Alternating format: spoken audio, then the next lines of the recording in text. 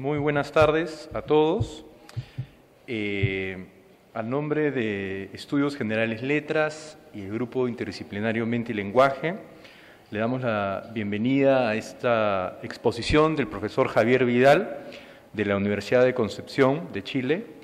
Javier es un filósofo español, ex profesor de esta universidad y amigo, por supuesto, del grupo.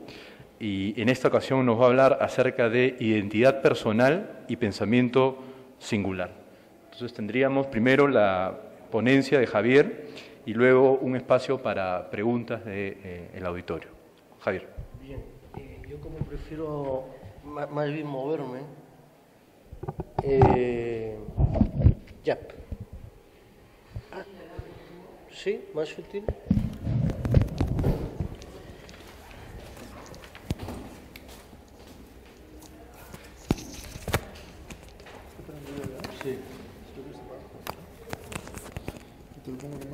Sí, sí, ahí ya se oye bien, ¿no? Bueno, lo primero, poco resaltar lo que ha dicho César, que es una ocasión especial porque efectivamente yo estuve aquí de profesor, si no recuerdo mal, del año 2006 al 2008, y especialmente significativo es que me incorporé al grupo de Mente y Lenguaje, que estaba empezando en esos momentos. Es decir, ya llevaba por lo menos un año con sus reuniones, pero en fin, ahí me incorporé y bueno, con la sorpresa de que justo cuando me voy, resulta que el grupo es cuando realmente empieza a realizar cosas importantes, ¿no? Y empieza a invitar a gente como Caruthers, a Bickerton, últimamente creo que vino por aquí antropólogo, bueno, David Dunbar, ¿no? En fin, y por lo tanto siento un poco de envidia malsana con respecto a eso. Bien, yo lo que sé que el grupo Mente y Lenguaje ahora mismo está trabajando, como ahora mismo nos recordaba Pablo, está trabajando en temas de coevolución de mente y lenguaje. Yo no trabajo especialmente el tema de la evolución, trabajo en general filosofía de la mente, y bueno, yo pensé algo que podía resultar atractivo en general, como es tratar el problema de la identidad personal, ¿no? Pues yo creo que ese es un asunto que tiene un interés, digamos, no para un público en sí el tema, ¿no? Tiene un interés extrafilosófico, por así decirlo, ¿no? Así como si yo viniese a dar una charla sobre las constantes lógicas, pues bueno, eso tiene un interés para un público filosófico, pero no extrafilosófico. Yo creo que este lo tiene. Entonces, bueno, en realidad mi objetivo es hacer una presentación que está basada en un artículo que espero publicar y, por lo tanto, en general la estructura, como suele ser la estructura de un artículo, es primero una presentación de un problema y luego una respuesta a ese problema o una propuesta de solución a ese problema o una crítica a ciertas soluciones que ya hay. Bueno, veremos dónde nos quedamos, ¿no? Porque tampoco, en fin, se trata de, como digo, primero vamos a ver cuál es el problema de la identidad personal y cuál es la cuestión específica de la que me voy a ocupar, y luego yo tengo como dos argumentos para responder a una cierta solución a ese problema. Entonces, bueno, quizá nos quedemos solo en el primer argumento, ya veremos cómo discurre el asunto. Bien, la otra cuestión, ya así inicial, es que sería bueno que cuando uno tenga una pregunta interrumpa con absoluta libertad, ¿no? Porque nos detenemos en los puntos en ese sentido que generen más interés, ¿no? Sin necesidad de...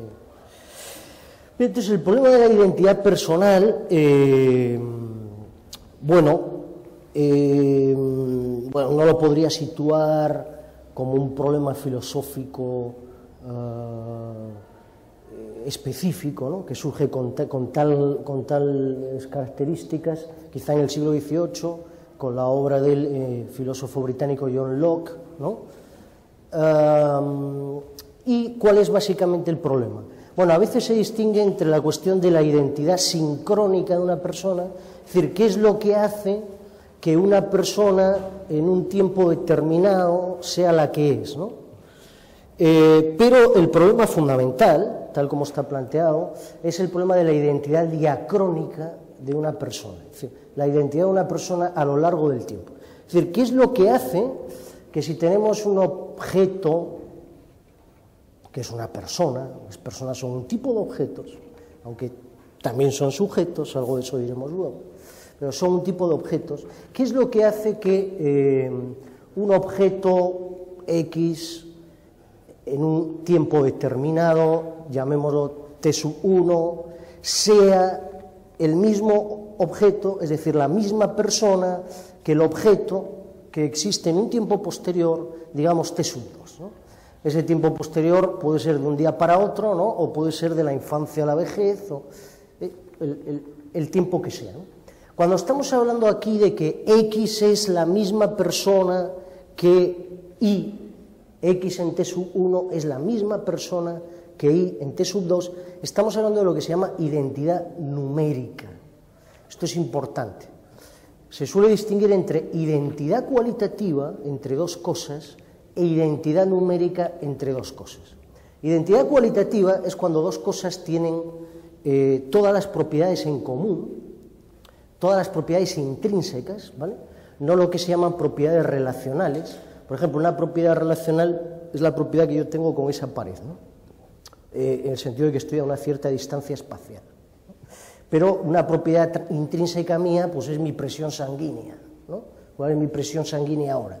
Bueno, parece que no se determina esa propiedad por relación a un objeto externo. Entonces,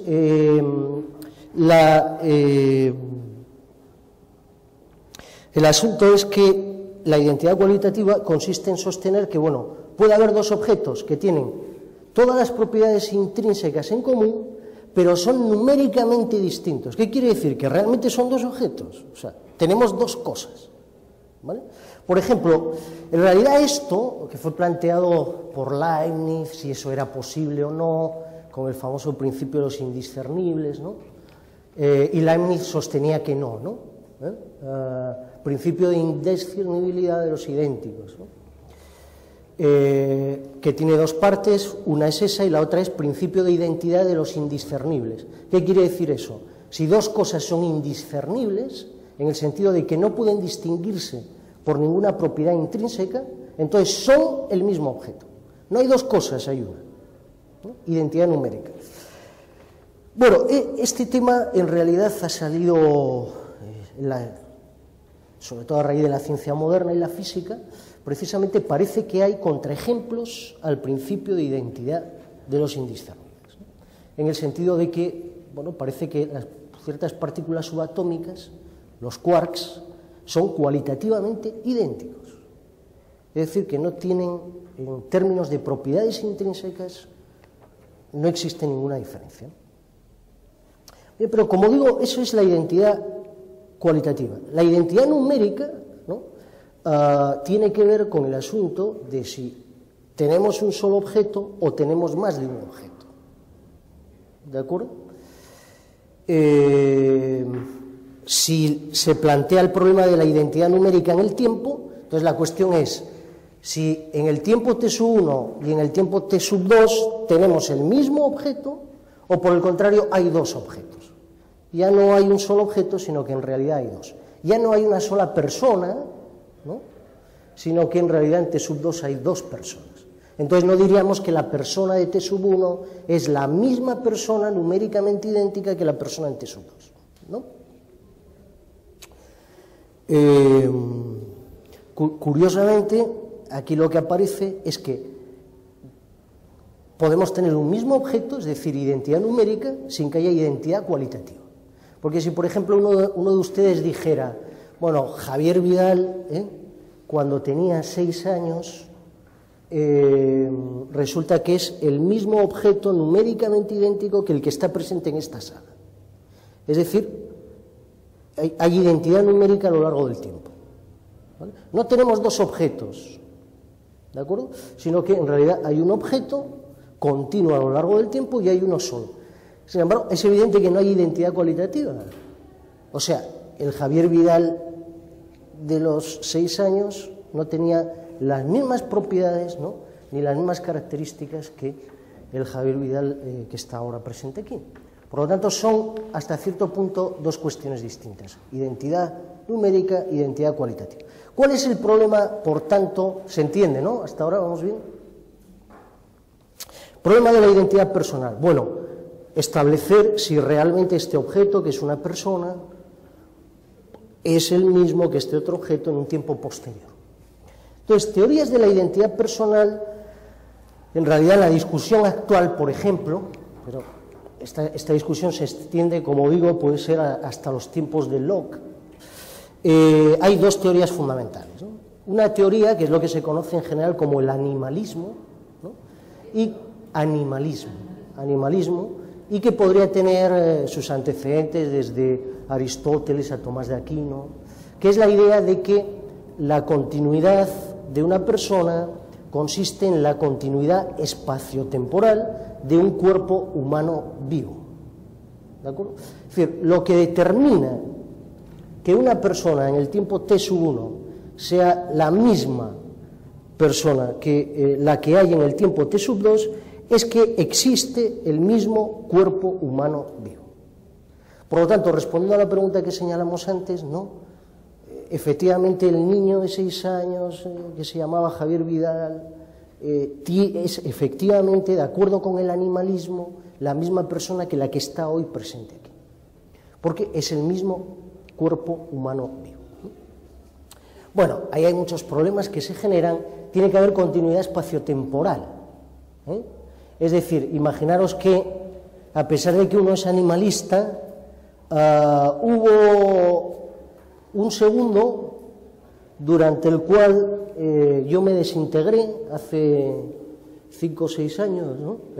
Me desintegré, y luego resulta que me reconstituyeron por alguna especie de procedimiento, o el mismo Dios, suponiendo que haya Dios, primero me desintegró y de repente luego me reconstituyó. Bueno, entonces ahí se plantea un problema para el animalismo, porque hubo un segundo en que no hubo continuidad espaciotemporal. Entonces, ya según ese criterio no tendríamos un solo objeto, un solo cuerpo humano vivo, tendríamos dos, uno antes de la desintegración y otro después. Por lo tanto, no habría una sola persona, habría dos, ¿no? Bueno, el animalismo, y esto nos va a interesar para lo que yo voy a comentar, actualmente hay una versión, digamos, más restrictiva, que es decir, no, el criterio de la identidad personal no es el criterio corporal, que es lo que hemos dicho hasta ahora, es decir, la identidad del cuerpo en su totalidad, sino que el criterio de la identidad es la continuidad espaciotemporal del cerebro, de un ser humano vivo, del cerebro o de una parte, eso lo comentaré luego, de una parte del cerebro que pueda ser funcionalmente tan completa como el cerebro en su totalidad. ¿De acuerdo? Bueno, esto tiene que ver, ahora lo voy a comentar enseguida, tiene que ver con algo que voy a decir a continuación, pero en general tiene que ver con el asunto de que, bueno, uno piensa que la parte del organismo que definitivamente es responsable de los procesos psicológicos y de nuestra vida mental es el cerebro, ¿no? Y por lo tanto lo razonable es pensar que mientras el cerebro se preserve tendríamos la misma persona, ¿no?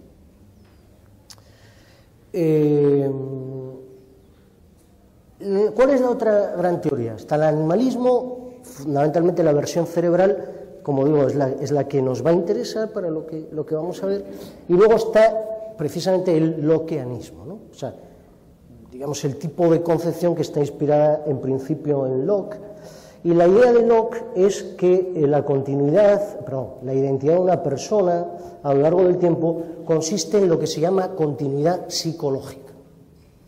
Es decir, lo que es relevante es que exista una continuidad, volvemos a lo mismo, tenemos una persona en el tiempo t⁻⁻1 y esa persona en el tiempo t⁻⁻1 tiene unas determinadas experiencias y pensamientos, tiene una cierta vida mental. Y luego tenemos una persona en t⁻², que tiene también una serie de experiencias y pensamientos.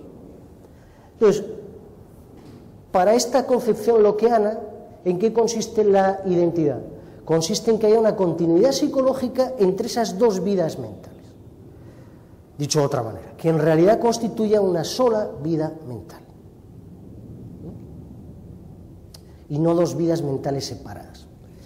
Bueno, esto plantea muchos problemas que aquí no vamos a ver. En realidad lo que se dice es, la identidad de una persona consiste en la continuidad psicológica de las experiencias, recuerdos, pensamientos que están conectados entre sí. ¿De acuerdo? El criterio de conexión suele ser un criterio causal. Por ejemplo, lo que hace que yo recuerde las sensaciones que tenía ayer mientras el avión estaba despegando de Santiago, es que las sensaciones que yo tuve ayer mientras el avión estaba son las que causan mi recuerdo de hoy en día, etcétera. Entonces ahí se generan muchos casos problemáticos en los que puede no existir esa conexión, ¿no? Y por lo tanto no habría una sola vida mental, sino dos vidas mentales separadas. Por ejemplo, se plantea el famoso caso de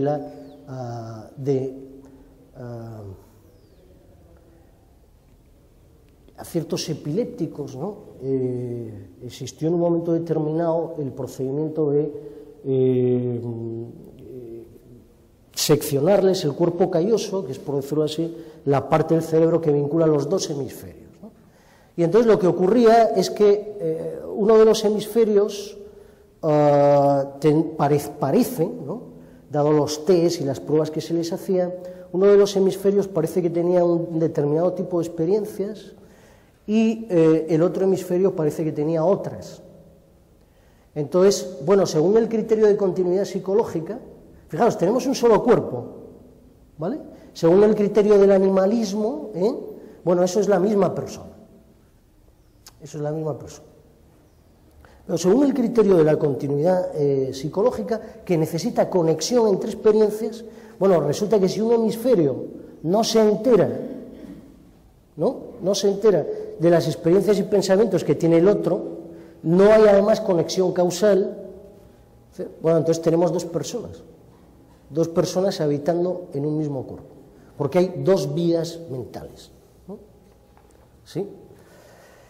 Esto va a tener que ver con lo que precisa, de alguna manera, ¿no? Con lo que vamos a ver a continuación. Bien, pero por lo tanto estas son las dos grandes teorías, y la gran discusión hoy en día es entre animalistas y lockeanos, ¿no?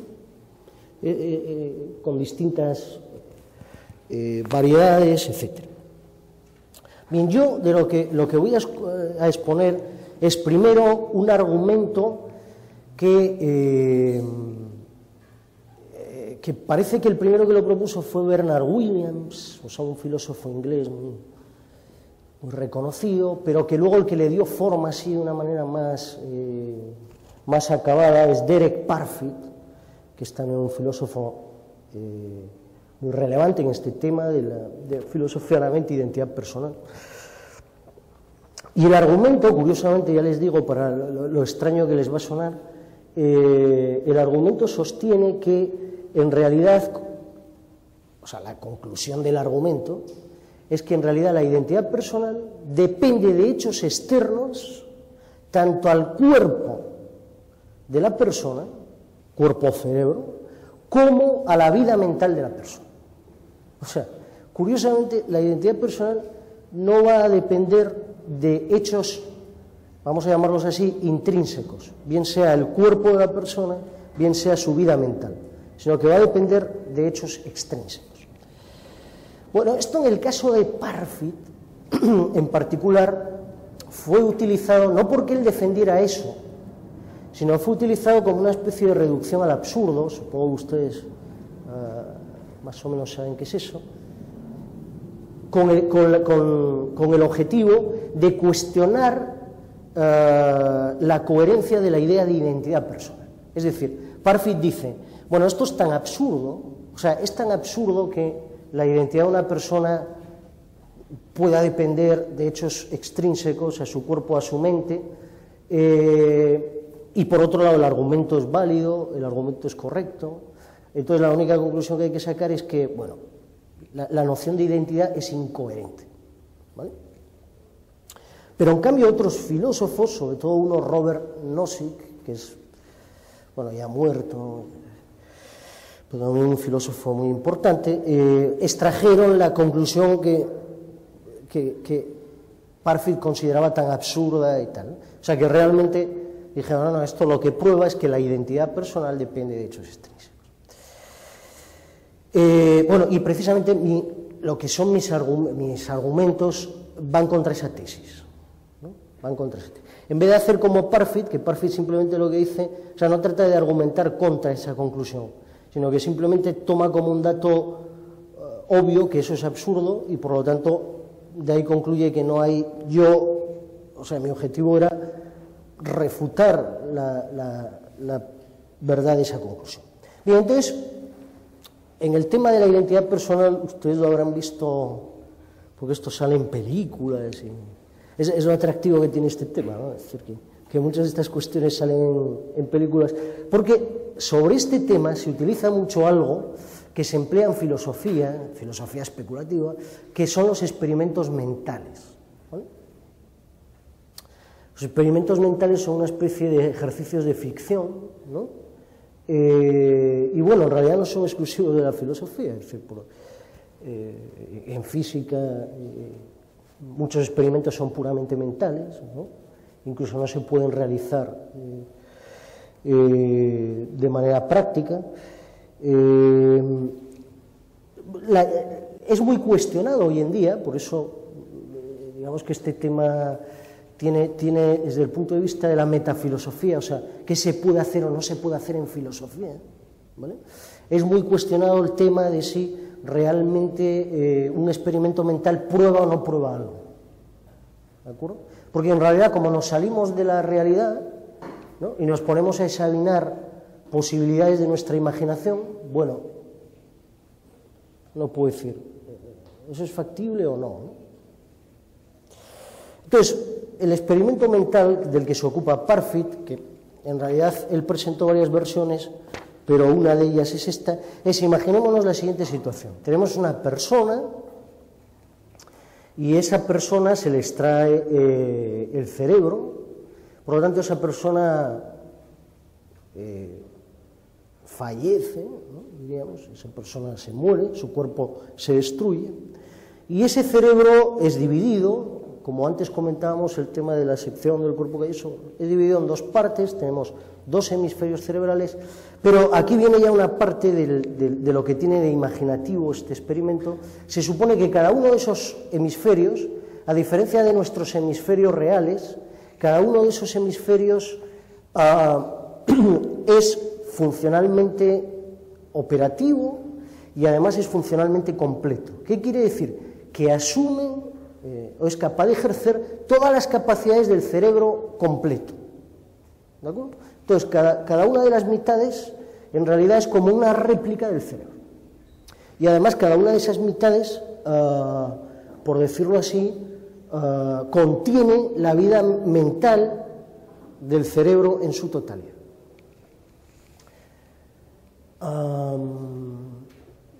Bueno, simplemente hago un comentario aparte. Aquí se está suponiendo algo que es muy habitual, muy frecuente. Sé que estuvo aquí hablando Sabatés, discutiendo el tema de la identidad entre lo mental y lo físico, etc. Aquí hay algo que, digamos, se da hasta cierto punto por hecho en filosofía de la mente, que es que al menos lo mental sobreviene en lo físico, o sea, depende de alguna manera de lo físico. Si es idéntico o no es otro tema, pero al menos depende, ¿no? Entonces, bueno, por esa razón, si lo que tenemos es un cerebro funcionalmente operativo y además de forma completa, igual que el cerebro originario, entonces, bueno, toda la vida mental del cerebro originario va a ser transmitida, ¿no?, va a sobrevenir en cada una de esas dos mitades. Tenemos las dos mitades del cerebro y esas dos mitades son llevadas a dos hospitales diferentes. Una mitad del cerebro es llevada a un hospital A, llamémoslo así, y la otra mitad es llevada a un hospital B. Entonces, siempre se van a dar una serie de condiciones en este experimento. Luego veremos que hay cambios, hay varias situaciones posibles, pero siempre hay unas condiciones estándares, que es la mitad del cerebro en el hospital A es trasplantada a un cuerpo, ¿vale? Por lo tanto, va a haber una persona que en un momento dado despierte en el hospital A y esa persona va a tener la mitad del cerebro de la persona que fue destruida, ¿de acuerdo? Pero resulta, bueno, la otra condición que se da, y que lo comentaremos luego porque es muy relevante para la conclusión que se establece, es que los hospitales A y B no están conectados de ningún modo. O sea, no hay ningún tipo de comunicación entre ellos. Nadie en el hospital A tiene acceso a lo que ocurre en el hospital B, nadie en el hospital B tiene acceso a lo que ocurre en el hospital A, y no hay tampoco ninguna relación causal entre los dos hospitales, es decir, uno puede estar en la Tierra y otro puede estar en Júpiter, ¿no? Es decir, no hay ningún tipo de... Entonces, como digo, siempre va a ocurrir que la mitad trasladada al hospital A es trasplantada, pero en cambio, con la mitad que es trasladada al hospital B pueden ocurrir dos cosas. Tenemos, por un lado, lo que se va a llamar el caso simple. En el caso simple lo que ocurre es que la mitad trasplantada al hospital B es destruida. ¿Vale? Es destruida. Y por lo tanto no va a haber ninguna persona nueva en el hospital B. ¿Sí?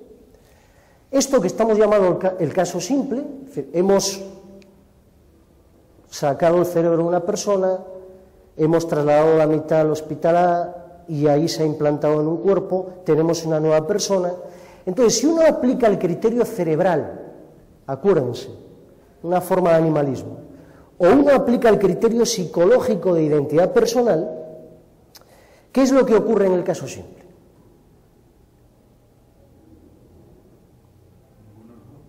No, o sea, tenemos la persona que existía antes, que ya no existe, y solo tenemos una persona en el hospital A.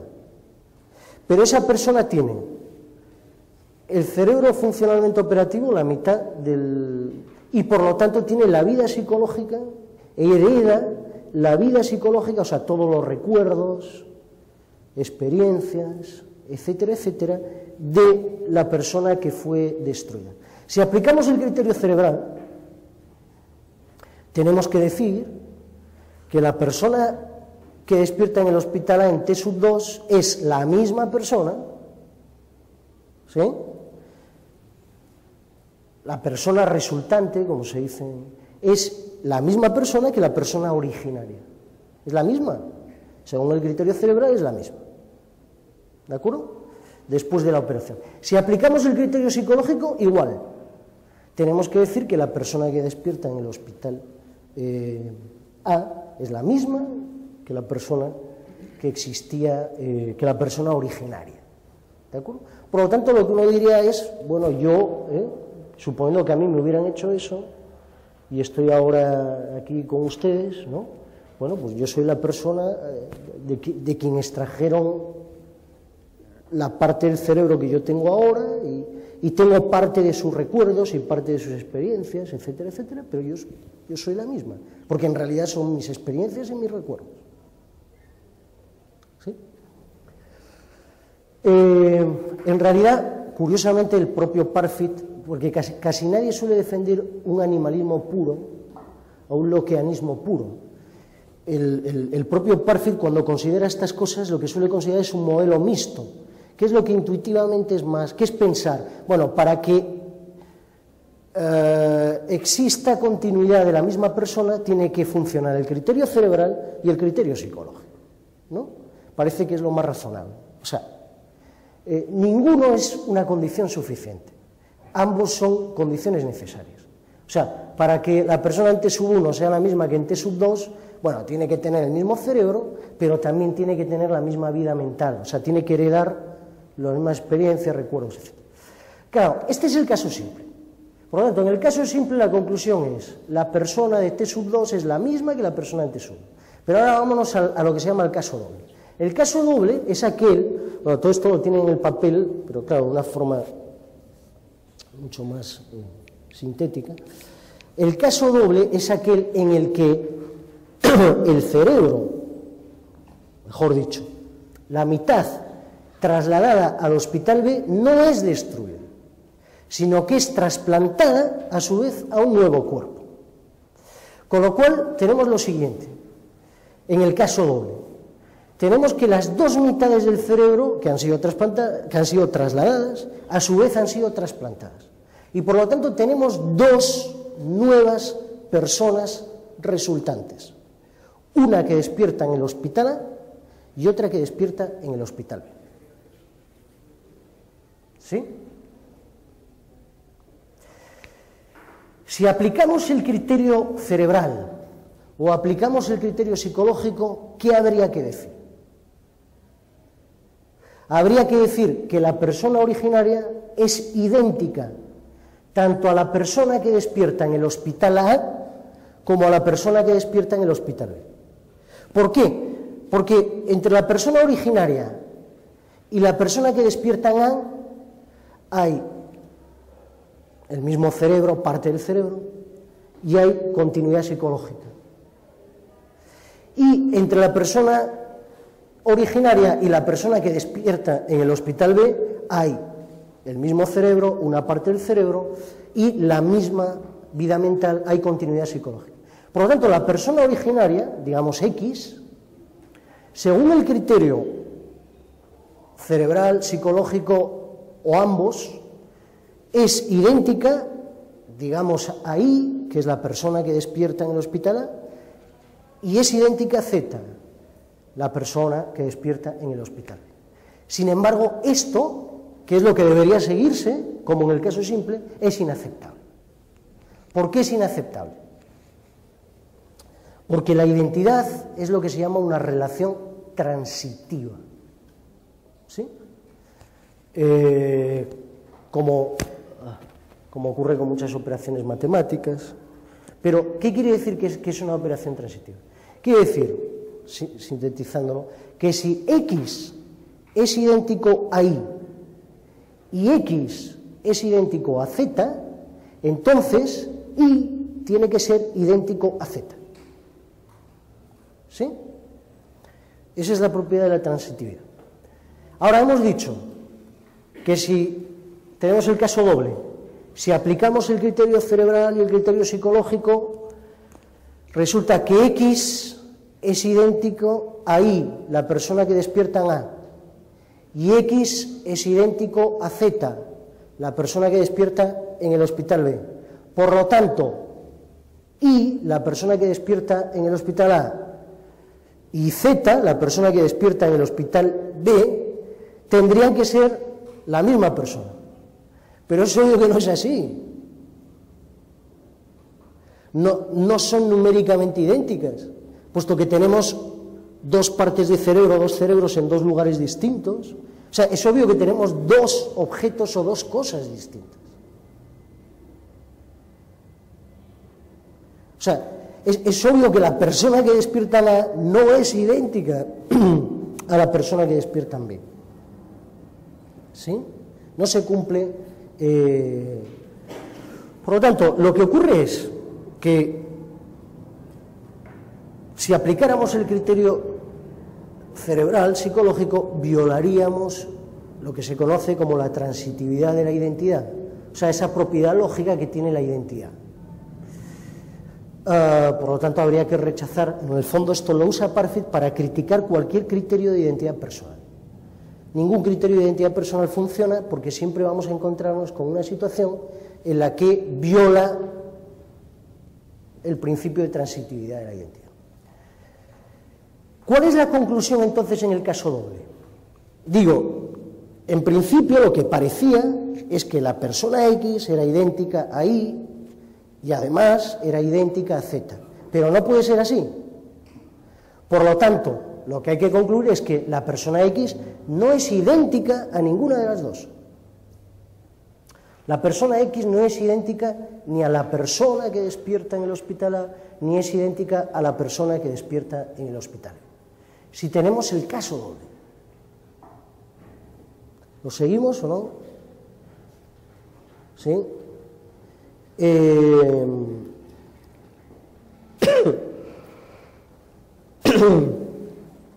Claro, porque fijaros cuál es la situación. O sea, uno no puede decir, pero no, lo que ocurre es que X es idéntico a Y para salvar el asunto, pero no es idéntico a Z, la persona que despierta en el hospital B. ¿Pero por qué? Si se dan las mismas condiciones, es decir, hay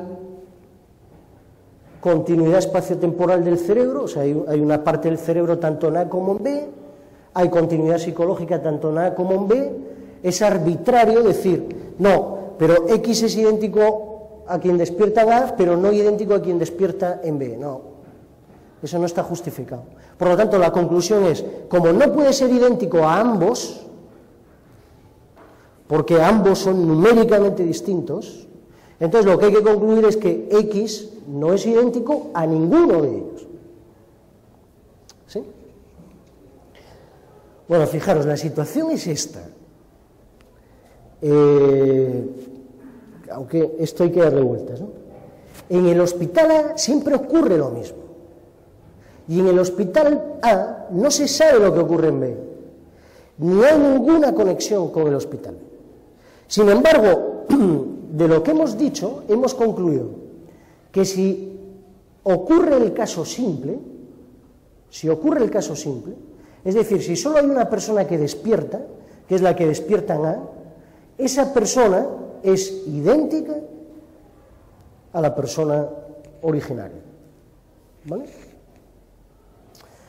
Pero que por el contrario, si se da el caso doble, esa persona no es idéntica a la persona original.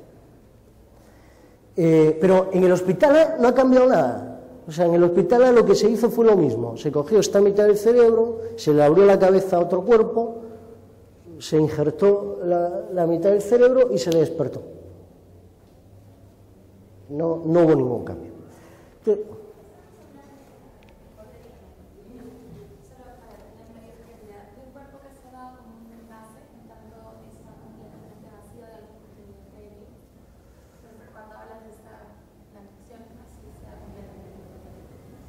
o sea, en el fondo no se entran en tantos detalles para no estropear el experimento, ¿no? Porque si empiezas con los detalles ya la imaginación empieza a tener problemas, porque no... Pero claro, lo que se suele pensar es que, bueno, lo mismo que, por decirlo así, que el trasplante de un órgano, ¿no? O sea, en el fondo, la idea es que tú tendrías un cuerpo... digamos, con todas las funciones vitales plenas, pero simplemente lo que haces es extraerle salvo que le extraes el cerebro y le implantas otro. ¿Sí? Ese es claro, hay otras versiones. Por ejemplo, la otra versión es que en realidad lo que se hace es una réplica antes de que a mí, la persona originaria, se me extraiga el cerebro y se destruya mi cuerpo, se hace una réplica perfecta de mi cuerpo. ¿Vale? En el hospital, o sea, es como una especie, recordando lo de la teletransportación, ¿no? Como si se me desintegrara y se me volviera a reconstruir átomo a átomo, molécula a molécula. Entonces, se puede hacer una réplica perfecta de mi cuerpo en el hospital. Pero lo importante es que se haga una réplica de mi cuerpo excepto el cerebro, porque el cerebro se traslada de mi cuerpo original. ¿Sí? Pero son distintas soluciones para tratar de hacerlo. Te podrías imaginar un cuerpo que es recién, por decirlo así, producido, ¿no? En estado adulto. En fin. Eso es. Está partiendo de la premisa de que el cerebro izquierdo es igual al derecho, y no necesariamente parece que es así, porque Claro. hay personas que dicen tú estás en determinada profesión, desarrolla más el cerebro izquierdo, otros el cerebro derecho, entonces ya creo que estamos, la premisa es cerebro izquierdo igual derecho, parece que no es así. Ahora, cuando usted también habló, parece que también tiene que ver el espacio, bueno, el espacio del cerebro, pero también el tiempo. Cuando uno analiza, por ejemplo, la transmisión de la oveja Dolly, a la hora que la clonan, diríamos, cuando está en un estadio adulto, recién comienza a tener lo que se llama reumatismo, en el estado de vejez. Sí. Pero a la hora que lo clonan, el bebé, digamos, el hijo, comienza a tener reumatismo en una época temprana. Sí. Entonces, al parecer, hay como un timer, algo en el cuerpo mismo que hace que tenga un poco la característica de vejez. O sea, a pesar de que nace nuevo, aquí tiene las características del ser del cual fue clonado. Por lo tanto, no es diríamos, el tiempo también es un factor importante que va ligado al espacio, en este caso el cerebro. O sea, me parece que no es tan simple de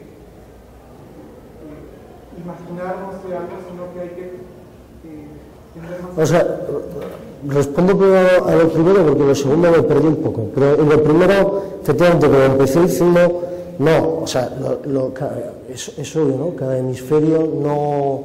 O sea, de hecho, lo que ocurre habitualmente en estos casos es que el hemisferio izquierdo expresa verbalmente, por ejemplo, haber tenido una cierta experiencia visual, pero el hemisferio derecho,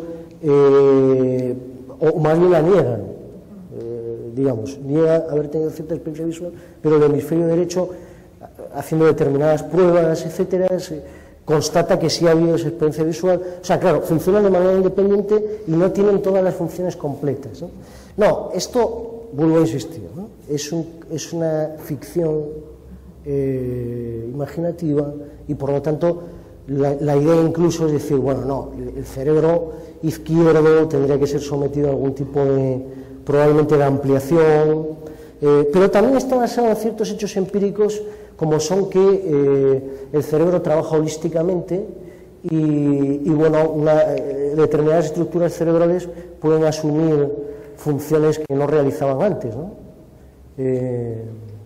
Por lo tanto, ese es un poco la idea, ¿no? Pero esto se sale por decirlo así, del conocimiento científico real, ¿de acuerdo? Por lo tanto, nadie postula ni siquiera que eso sea físicamente posible, porque no interesa en este punto de la filosofía. Lo que interesa es que sea metafísicamente posible, lo cual tiene que ver con que sea lógicamente posible, ¿vale? O sea, que esa situación sea lógicamente posible. No importa si físicamente eso se puede o no realizar, ¿de acuerdo? Para entrar en estas distinciones de posibilidad lógica, metafísica, entramos en otro plano. Lo que no entendí muy bien es lo de la Dolly, o sea, porque yo sabía que la Dolly efectivamente envejeció prematuramente, ¿no? Probablemente con este reumatismo.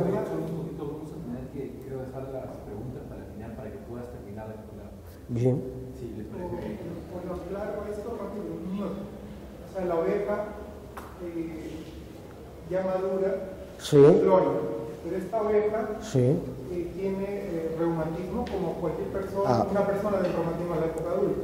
Pero a la hora que clonan este nuevo ser, aparece el reumatismo, o sea, tiene toda la parte genética igual a la madre, pero comienza a tener reumatismo de pequeño. Ya, ahora ya lo entiendo. Es como que hay una acumulación. O sea, no espera tener, o sea, el reumatismo no aparece en la vejez del clon, sino ya en etapa temprana. Sí, bueno, pero claro, eso tendría que ver, como digo, con el tema de la réplica, que en realidad no es propiamente, ¿no? Aunque para hacerlo, cuando Parfit inicialmente planteó su experimento, planteó precisamente su experimento en términos de teletransportación. O sea, lo que él decía es, bueno, supongamos que a mí me desintegran átomo por átomo, ¿no? Y de repente aparezco en Marte, ¿no? Entonces él se planteaba, bueno, si yo de repente me desintegran y luego me reconstituyen completamente en Marte, hacen una réplica mía exacta, Entonces diríamos que según el criterio psicológico, más que nada, y funcionaría el criterio psicológico, dado que lo mental sobreviene en lo físico, entonces lo que diríamos es que, bueno, la persona que despierta en Marte, o sea, que despierta, en este caso no despierta, la persona que aparece en Marte, que surge en Marte, es la misma que fue desintegrada en la Tierra.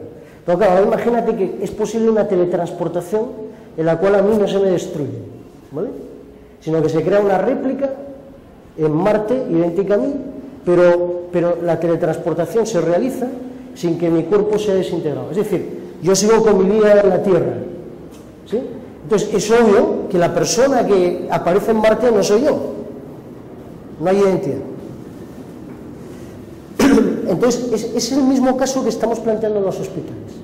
Dependiendo de lo que ocurra aquí, la persona que aparece en Marte es idéntica a quien está presente en la Tierra o no lo es. Pero a ella no le ocurre nada diferente. ¿Sí? Ese es el punto. Bueno, claro, la conclusión de esto, o sea, si vemos el tema de la teletransportación, si vemos el del hospital, en definitiva, ¿cuál es? La conclusión es la que yo os comentaba al principio, que es la identidad de una persona no depende ni de la continuidad del cerebro ni de la continuidad psicológica. ¿Por qué? Porque hemos visto que en el caso doble resulta que lo que determina que alguien sea o no sea la misma persona son hechos extrínsecos a esa persona. Es lo que está ocurriendo en el hospital. ¿Sí?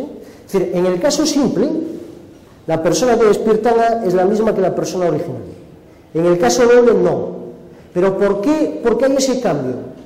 O sea, ¿por qué en un caso tenemos la misma persona y en el otro caso no tenemos la misma persona? No por nada que le ocurra a esa persona, ¿sí? No por nada que le ocurra al cerebro o a la vida mental de esa persona, sino por lo que ocurre en B. O sea, porque en un caso, en B, la mitad del cerebro fue destruida. Y en el otro caso no, fue trasplantada a otro cuerpo. Y eso, hechos extrínsecos al cuerpo y a la mente de la persona, hacen que tenga una u otra identidad. ¿Vale? O sea, hacen que sea Juan, la persona originaria, o hacen que sea Luis, una nueva persona. Es decir, o tenemos la misma persona que había antes, Juan, la persona originaria, o tenemos una persona totalmente nueva, Luis. Y que ocurra una cosa o que ocurra otra no depende de nada de lo que ocurre en el cuerpo o en la mente de esa persona. Depende de lo que está sucediendo en el hospital. Bueno, como digo, decir que, bueno, si uno es Juan o Luis, ¿no? Depende de hechos externos o extrínsecos a la mente. O sea, de entrada uno dice, bueno, esto es inaceptable, ¿no? O sea, esto nos trastoca todo nuestro concepto de identidad, etc. Esto lleva a Parfit a decir, una famosa frase, pero que aquí no podemos desarrollar, ¿no? La identidad no es lo que importa, ¿no? Porque, en definitiva, él dice que... no voy a entrar en ese tema, lamentablemente no tenemos tiempo. Entonces, él lo que dice es que es lo más relevante para lo que estamos hablando, que en realidad el concepto de identidad es incoherente. Es incoherente porque nos lleva a decir cosas contradictorias. Pero hay otros, como os digo, Robert Nozick, que es otro filósofo, que sí acepta la conclusión. Por lo tanto, lo que dice, no. O sea, realmente la identidad de las personas depende de hechos externos a ellas. ¿Sí? Y él acepta ese tema. No voy a desarrollarlo aquí. Bueno, entonces, ¿cuál es el argumento? Y solo voy a centrarme en el primero, que ya estamos en la 1:05.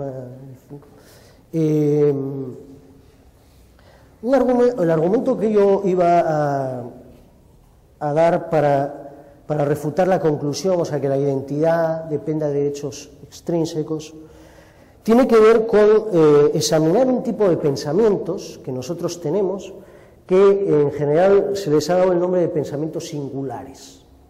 ¿De acuerdo? ¿Qué contraste se quiere establecer cuando se habla de pensamiento singular? se quiere establecer un contraste con otro tipo de pensamientos que también tenemos, que se llaman, a veces en general, pensamientos generales, pero también pensamientos descriptivos, ¿vale? Y aunque hay mucha discusión sobre esto, y por lo tanto aquí no vamos a entrar en eso, en realidad la idea es la siguiente: para que yo pueda tener un pensamiento descriptivo o general, no necesito conocer cuál es el objeto del que estoy hablando, ¿vale? Lo cual en principio suena un poco chocante, pero ahora pongo ejemplo. O sea, no necesito conocer cuál es el objeto sobre el que estoy pensando. Por ejemplo, si yo tengo el pensamiento, el inventor de la bicicleta fue muy ingenioso, ¿sí? Bueno, yo tengo un pensamiento sobre alguien, sobre una persona determinada, el inventor de la bicicleta, pero yo no necesito, bueno, de hecho yo no lo sé, o sea, aquí está la prueba, yo no necesito conocer quién fue el inventor de la bicicleta, ¿vale? Puedo tener ese pensamiento sin conocer quién fue el inventor de la bicicleta. Ahí estoy usando lo que se llama una descripción, el autor de la bicicleta, ¿de acuerdo? Y cuando en mi pensamiento, para referirme a un objeto, uso una descripción, no necesito conocer cuál es ese objeto, ¿vale? Y sin embargo puedo tener el pensamiento, ¿sí? Otro ejemplo, ¿no? Se puede decir, el autor del Génesis no era darwinista. Entonces, bueno, yo no sé quién era el autor del Génesis, ¿vale? Pero estoy pensando sobre alguien de manera indeterminada. Los pensamientos singulares, por el contrario, no son posibles, es decir, nadie puede tener un pensamiento singular si no conoce cuál es el objeto sobre el que está pensando. Hay pensamientos singulares de muy diversos tipos y se suelen analizar por analogía con el lenguaje, porque incluyen conceptos que son el análogo de ciertas expresiones lingüísticas, como son los demostrativos, lo que se conoce como los indéxicos o indexicales, o incluso los nombres propios. Es decir, el ejemplo más sencillo, ¿no? Yo no puedo tener el pensamiento Luis está enfermo de gripe si no sé quién es Luis, porque Luis es un nombre común. Hay otros nombres propios en que esto es mucho más discutible, pero Luis es un nombre común, hay infinidad de Luises, y por lo tanto yo no estaría teniendo ningún pensamiento determinado. Si yo usara la oración Luis está enfermo de gripe, yo no estaría teniendo ningún pensamiento determinado si no sé de quién estoy hablando, ¿sí? Casos demostrativos. Bueno, por ejemplo, alguien que piensa o que dice ese árbol es un roble. Bueno, lo mismo, ¿no? Esa persona no puede estar teniendo un pensamiento determinado si no conoce cuál es el árbol que está físicamente presente delante de él, ¿no? Bueno, aquí hay una discusión, porque uno podría decir, no, el pensamiento, ese árbol es un roble, es un pensamiento general, que tiene la siguiente forma, que tiene el siguiente contenido. Hay un objeto en las proximidades del hablante o del pensador que es un árbol y que además es un roble. Fijaros, si uno tiene ese pensamiento, hay un objeto en las proximidades del hablante que es un árbol y que además es un roble, para tener ese pensamiento no es necesario conocer cuál es el árbol del que estamos hablando o sobre el que estamos pensando, porque hablamos de manera indeterminada de él. Decimos, hay un objeto en las proximidades del hablante. Pero ¿qué es lo que ocurre? Que en realidad, en los últimos tiempos en la filosofía del lenguaje, y también estuvo aquí Eduardo Villanueva, y trató precisamente una cuestión que tiene que ver con esto, se distingue entre significado y pensamiento, ¿de acuerdo? Entonces, efectivamente, el significado de la oración, ese árbol es un roble, es lo que acabo de decir. Hay un objeto en las proximidades del hablante que es un árbol y que es un roble. Pero ese no es el pensamiento expresado por el hablante. ¿De acuerdo? Ese es el conocimiento que el hablante tiene del lenguaje que él usa para expresar un pensamiento. Pero el pensamiento que él expresa es un pensamiento singular, es un pensamiento sobre un objeto particular que él conoce. Y si no lo conociera, no tendría sentido que usara esas palabras. Bueno, pues lo mismo ocurre con lo que se conoce como indexicales o indésicos, como el término yo, que este sí que tiene historia en filosofía, ¿no? El indéxico yo, ¿no? El uso del yo. Lo que pasa es que aquí es mucho más chocante porque parece obvio. Es obvio que nadie puede tener el pensamiento o usar la oración yo estoy levantando el brazo si no conoce quién es él, ¿no? Pero fijaros, en términos de significado, no tiene por qué conocer quién es él, porque el significado de esa oración es: hay un objeto X que es el hablante y que está levantando el brazo. Uno puede conocer eso sin conocer quién es el hablante. ¿Sí?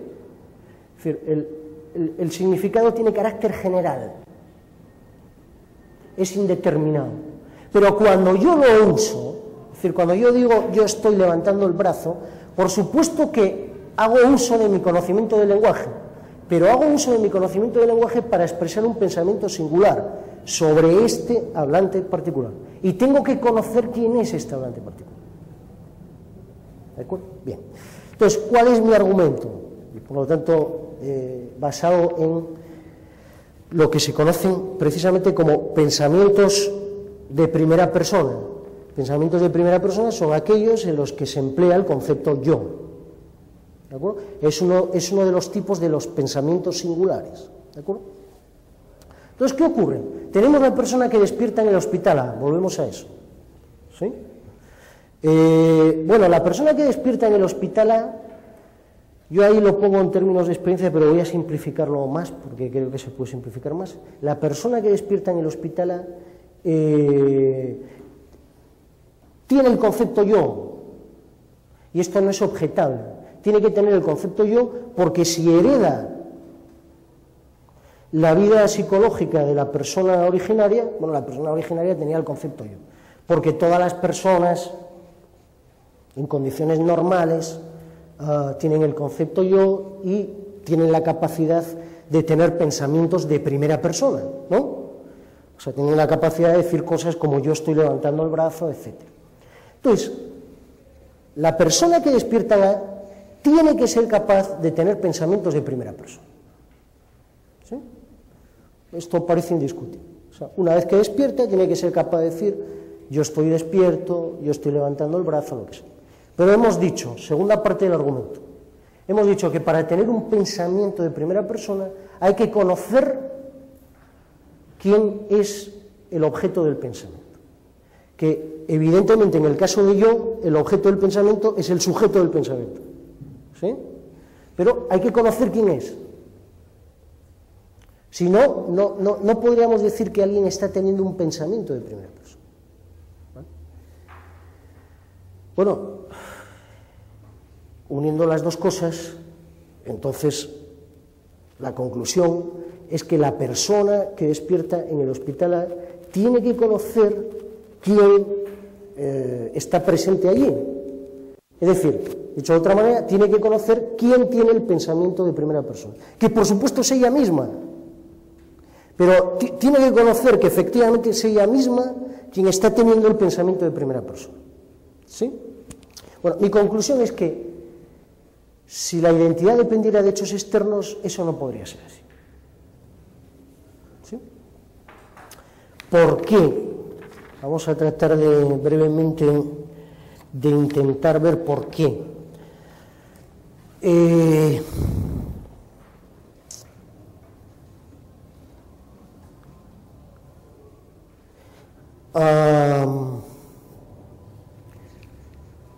Acordaros, tenemos caso simple y caso doble, ¿sí? Tanto en el caso simple como en el caso doble, todo lo que ocurre en el hospital A es lo mismo, ¿vale? Esto lo expresa Parfit diciendo todos los hechos intrínsecos en A son los mismos, ¿vale?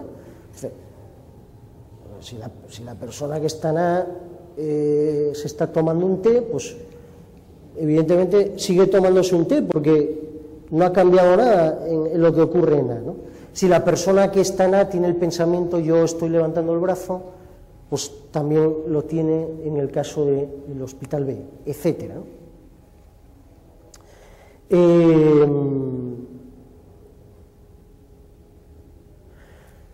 Si aparte de todo lo que ocurre en el cerebro y en la mente de la persona que despierta en A, ¿de acuerdo? Es decir, estamos suponiendo que la persona que despierta en A puede conocer cualquier cosa que ocurre en A, ¿sí? Puede conocer qué le está pasando a su cerebro, puede conocer qué está ocurriendo en el resto de su cuerpo y, por supuesto, en teoría puede conocer cuáles son sus experiencias, es decir, qué tipo de experiencias están ocurriendo, ¿no? Hay el ver de un determinado objeto en la habitación, etcétera, etcétera. Si, aparte del cerebro y de la vida psicológica de la persona, del cerebro, cuerpo y vida psicológica de la persona, hubiese alguna otra entidad, hubiese alguna entidad adicional en el hospital A de la que dependiese la identidad de esa persona, entonces se podría decir que en el caso simple, la persona que despierta conoce ese tipo de entidad. Digamos que es un ego cartesiano, ¿vale? Un ego cartesiano, un alma desencarnada. Entonces, uno podría decir que en el caso en el que la persona despierta en el hospital A, pero es el caso simple, uno conoce un determinado ego, ¿de acuerdo? Y eso es lo que le permite tener un determinado pensamiento de primera persona, porque es ese ego lo que conoce cuando dice o cuando piensa, yo estoy levantando el brazo. Y uno podría decir que ese ego es otro, ¿de acuerdo? Hay otra entidad adicional en el caso doble. Es decir, que cuando en vez de tener el caso simple tenemos el caso doble, es decir, cuando tenemos el caso en que hay dos nuevas personas, resulta que la persona que está en el hospital A conoce una entidad distinta, porque hay otro ego. ¿Sí? Bueno, entonces eso explicaría que efectivamente la persona que despierta en A puede tener pensamientos de primera persona, porque hay algo a lo que tiene acceso, que es su ego cartesiano, distinto de su vida mental y de su cerebro y de su cuerpo, y ese ego cambia del caso simple al caso doble, ¿vale? Pero ¿qué ocurre? Primero, que hay que comprometerse con el dualismo cartesiano, hay que comprometerse con un montón de cosas. Segundo, que aceptando una posición reduccionista, ¿vale?, que por otro lado es la que el propio Parfit acepta, Parfit lo que dice es: la existencia de una persona en un momento determinado no consiste más que en la existencia de su cuerpo, cerebro y de los procesos psicológicos que estén ocurriendo. ¿Sí? Eso es en lo que consiste la existencia de una persona en cualquier momento dado. Aclaro una cosa, aunque ya el tiempo nos tiene amarrados. En realidad, aunque Parfit llama esto reduccionismo, ¿no?, en realidad en sí misma no es una tesis tan reduccionista. Es reduccionista solo frente al dualismo cartesiano, pero no es reduccionista en el sentido de que Parfit está aceptando que la existencia de una persona consiste en hechos físicos,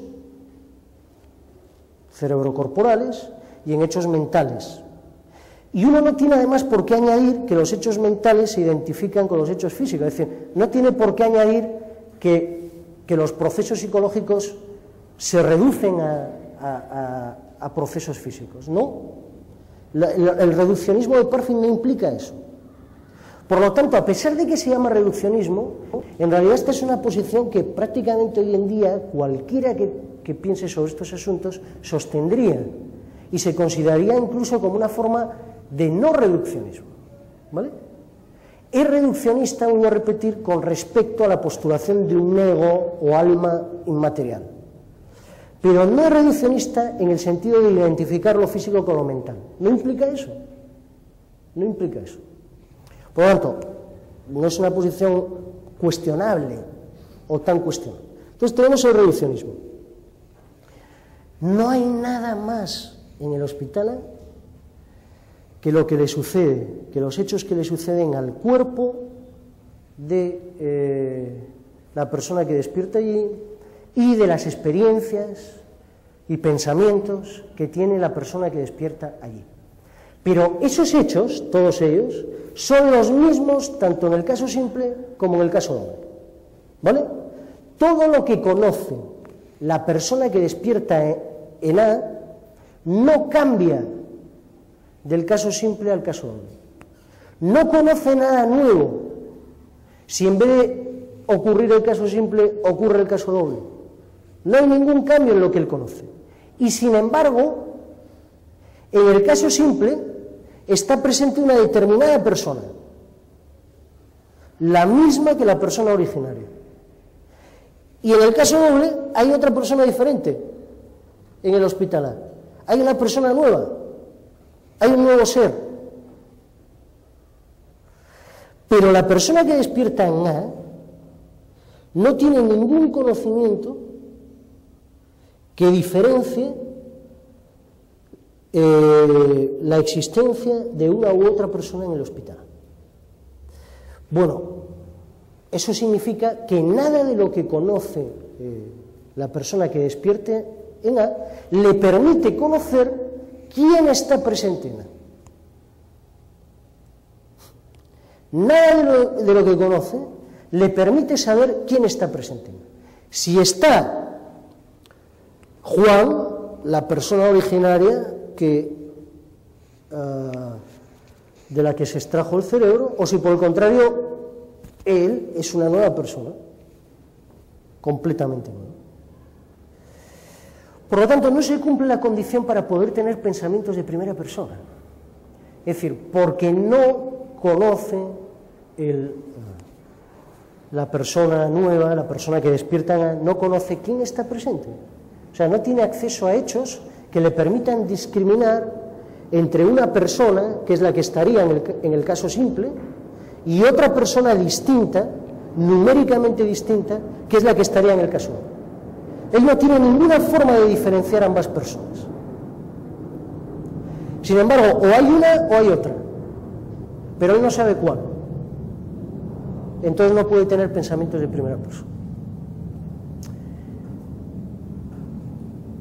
¿Cuál es en definitiva el problema? Y con esto acabo. O sea, el problema es que esto es una objeción a la idea de que... o sea, aquí se plantea un dilema. Si uno quiere seguir manteniendo que la identidad de las personas depende de hechos externos a su cuerpo y a su mente, tiene que aceptar que las personas no tienen pensamientos de primera persona, sino que eso es una ilusión. O sea, creemos tener pensamientos de primera persona, pero en realidad eso es una ilusión, ¿no? ¿Vale? Como quien cree que está viendo realmente un objeto luminoso, ¿no? Un platillo volante y no hay tal. Bueno, sería lo mismo, ¿no? O sea, nos parece que pensamos sobre nosotros mismos de manera particular, ¿no? De manera singular, pero en realidad no ocurre tal cosa. Esa es una de las conclusiones. Si uno se empeña, ¿no? Si uno sigue manteniendo, la identidad depende de hechos extrínsecos. Bueno, tiene que agarrarse a eso. Pero el otro cuerno del dilema es parece más razonable, que simplemente rechazar, un poco en el mismo sentido que hizo Parfit mismo, ¿no? Rechazar la idea de que realmente la identidad de las personas pueda depender de hechos extrínsecos al cuerpo y a la mente, ¿no? Bien, vamos con las preguntas.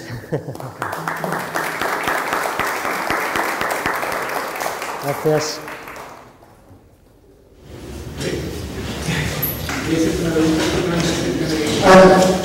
Utilizar la antes el colectivo y saber Ahora sí. No, quería, bueno, hacerte una pregunta acerca, o más bien plantear una observación respecto de, bueno, de este experimento mental que, bueno, que entiendo tú lo estás dando como de alguna manera contraintuitivo, ¿no es cierto? Y me doy cuenta que hay un modelo que alguna vez te lo planteé así al pasar, también en biología acerca de la forma en que las especies se dividen y forman otras especies, ¿no es cierto? Que es la tesis que tiene, bueno, el proponente de la sistemática filogenética, Geni, que sostiene algo que está, digamos, que es lo mismo, en el fondo, lo que tú estás planteando originalmente, y tiene, bueno, también los mismos problemas acerca de si es intuitivo o no sostener que cuando dos especies se dividen, ¿no es cierto?, se separan en dos grupos, ¿no es cierto?, y lo que sostiene ahí Geni, el proponente de la sistemática filogenética, justamente es, bueno, la especie ancestral, ¿no es cierto?, X, en tu ejemplo, es distinta justamente a Y y Z, o sea, lo que tenemos son tres especies. Y claro, algunos biólogos piensan que eso es contraintuitivo, pero otros piensan que tiene cierta racionalidad el asunto, porque ¿por qué la especie ancestral, digamos, por ejemplo nuestra, de los seres humanos, tiene que ser idéntica suponiendo que se divide en dos grupos, ¿no es cierto?, como al parecer los biólogos nos dicen que ocurre normalmente? ¿Por qué va a tener que ser idéntica a las dos especies, ¿no es cierto?, hermanas que se generan allí? Lo que tenemos es tres especies, y eso parece que tiene cierta racionalidad y podría, digamos, ser un argumento para decir, bueno, a lo mejor hay que pensar las cosas en esos términos. Claro, no, está bien, pero además... Porque una cosa más, porque por lo demás las relaciones causales que hay entre la especie ancestral, ¿no es cierto?, o el individuo en tu caso, realmente no son las mismas. Para cuando ocurre la división de los cerebros, realmente, bueno, ahí está el elemento extrínseco al que tú dices que tiene que ver con, o que no tendría que ver con la identidad personal, pero justamente se separan las relaciones causales en dos, ¿cierto? Ya no son las mismas relaciones causales que hay en el caso de las especies, relaciones reproductivas básicamente, en los dos grupos que se generan. A partir de ahí. Claro. No, bueno, te comento esto, por supuesto, o sea, que la idea es que una vez que, por ejemplo, tienes dos personas nuevas, porque tenemos el caso doble, quien ha despertado a A y quien ha despertado a B, por supuesto que ahí, a partir de ahí, hay lo que se llama una ramificación, ¿no?, branching, y por lo tanto cada persona sigue con una vida independiente, es decir, uno va a empezar a tener experiencias y pensamientos que no tiene el otro, etcétera, ¿no? A partir de la continuidad psicológica es hasta ese momento, ¿no? Con respecto a lo otro, y curiosamente me viene lo del esencialismo a la cabeza, ¿no? Porque claro, si tú fueras esencialista, o sea, creyeses que hay una esencia, por decirlo así, en términos de propiedades intrínsecas probablemente, si esas no cambian, ¿sí?, entonces no habría problema en decir que las tres especies son la misma, porque tú dirías, bueno, X es la misma especie que Y porque tiene la misma esencia, X es la misma especie que Z porque tiene la misma esencia, e Y es igual que Z porque tiene la misma esencia. O sea, ahí no habría un problema. Pero en el pensamiento evolucionista, que es poblacional, resulta que tú lo que tienes es que Y y Z son dos poblaciones numéricamente distintas, ¿no? Entonces, como son dos poblaciones numéricamente distintas, efectivamente no puede ocurrir que X sea idéntico a Y y que X sea idéntico a Z, porque Y tendría que ser idéntico a Z, y no lo es. Son dos poblaciones. Pero yo me imagino que un esencialista, por el contrario, que piensa en una esencia o bien abstracta o universal, o que no depende del carácter de la población, quizá podría sostener que son las mismas, ¿no? No sé, se me ocurrió. No creo que dependa... No sé si... Me parece que no creo que dependa de una posición esencialista en ese caso. Porque, o sea, yo creo que se puede ser esencialista o no esencialista y discutir el asunto. Porque la cuestión es... simplemente que te planteaba es que, o sea, aunque parezca contraintuitivo, al menos existe un modelo para comparar en la inferencia filogenética para decirte, mira, lo que tienes son 3 realmente. Y si no hay ramificación, ocurre lo mismo que tú estabas señalando en el argumento, en el experimento mental, es que tienes continuidad. Incluso aunque haya cambio morfológico en el caso de las especies, en el tiempo. Sí, puede haber mucho cambio y sigue siendo la misma especie, pero si hay ramificación, lo que tienes no son 2, sino que son 3. ¿Cierto? Eso.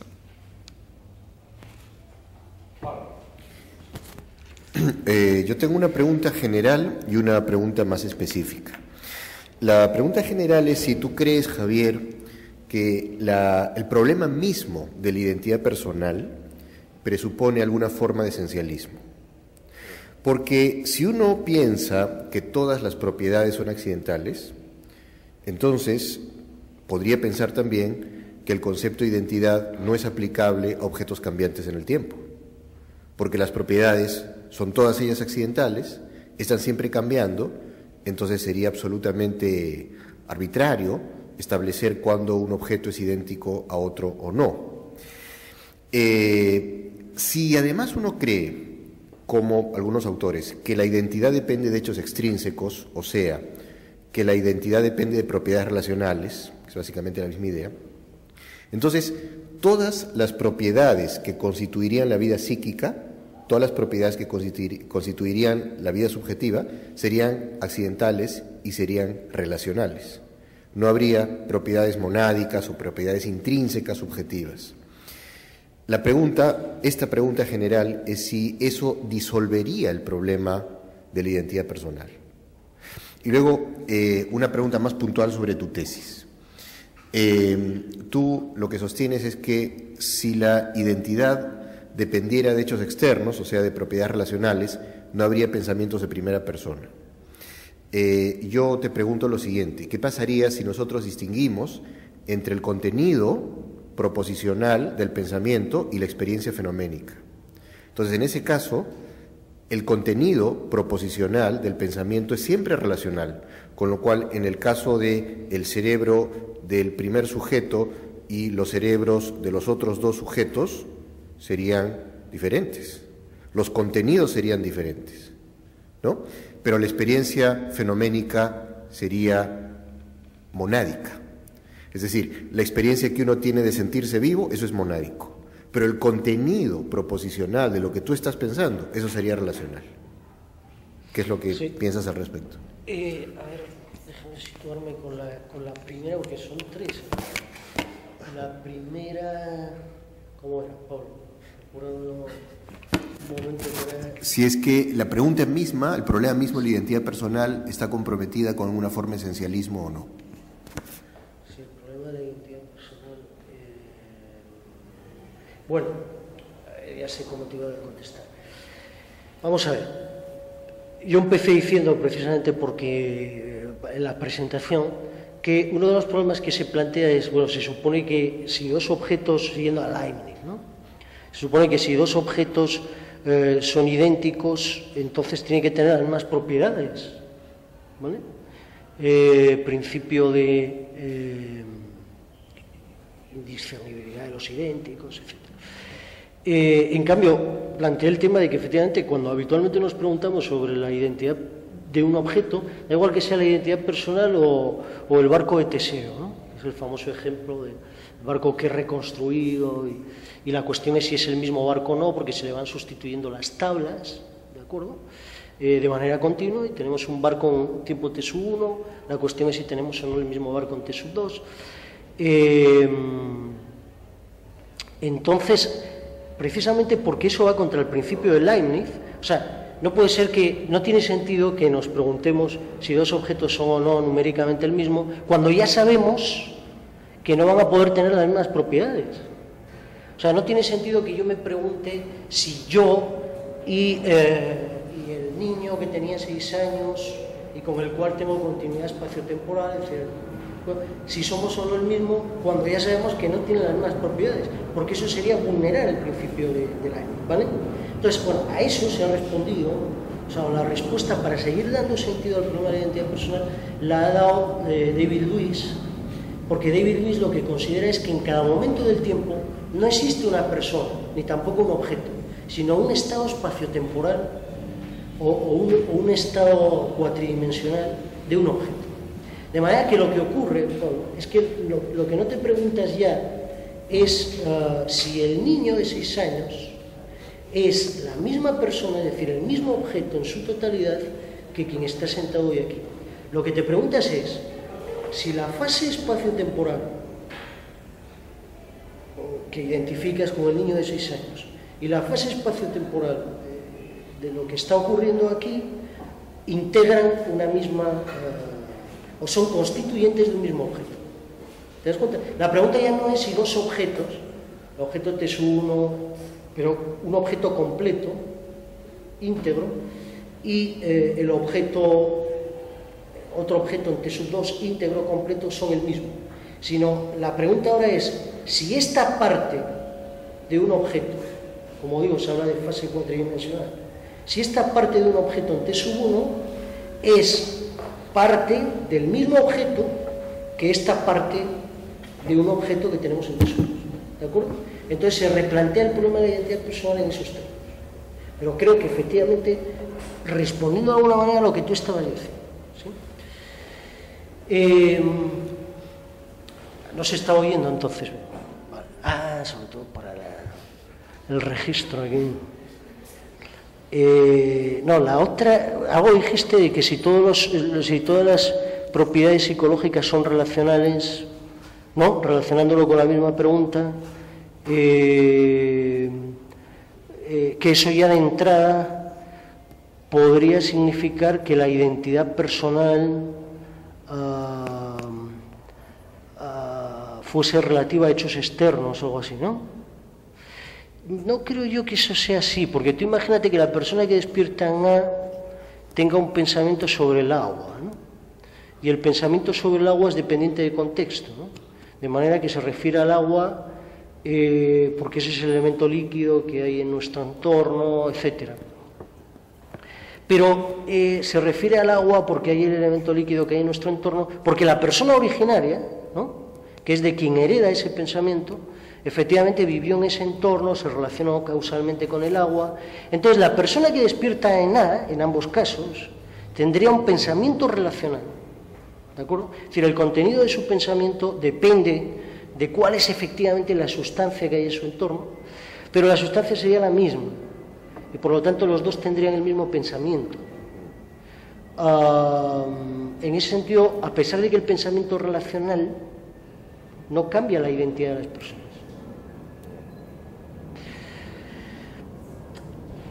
Con respecto al otro tema, que ya era el de... lo que tú distinguías entre experiencia fenoménica y pensamiento. O sea, bueno, precisamente, que en realidad es en lo que está más centrado mi argumento, pero que aquí no lo he querido exponer, porque también forma parte de un argumento de Parfit. Parfit lo que sostiene es que efectivamente las experiencias fenoménicas dependen solo de propiedades intrínsecas, ¿vale? Bien sean neurológicas o de otro tipo, puramente mentales. Entonces, efectivamente, él lo que sostiene, y además lo usa como parte de su argumento para probar otra cosa, lo que sostiene es que efectivamente la experiencia, como aquí pongo yo, ¿no? Por ejemplo, la experiencia visual de ver un pájaro en la habitación, la experiencia visual es la misma, porque depende de los hechos intrínsecos en A, ¿de acuerdo? Pero es que la experiencia visual no tiene ningún componente relacional, ¿de acuerdo? Precisamente porque consiste simplemente en la propiedad fenoménica de sentir que las cosas son de un determinado modo, y eso no cambia con el contexto. Bueno, según algunos sí, pero evidentemente no.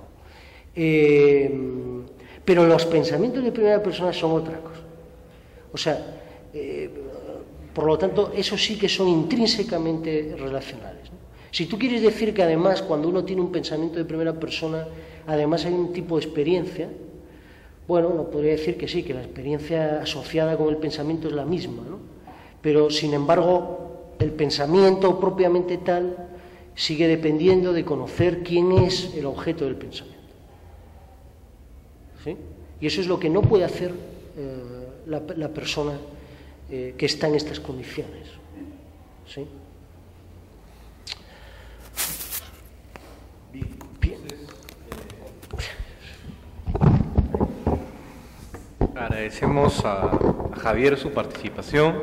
Un gusto realmente tenerte nuevamente acá. Así que vamos a cerrar esta primera día de presentación con un aplauso para nuestro ponente.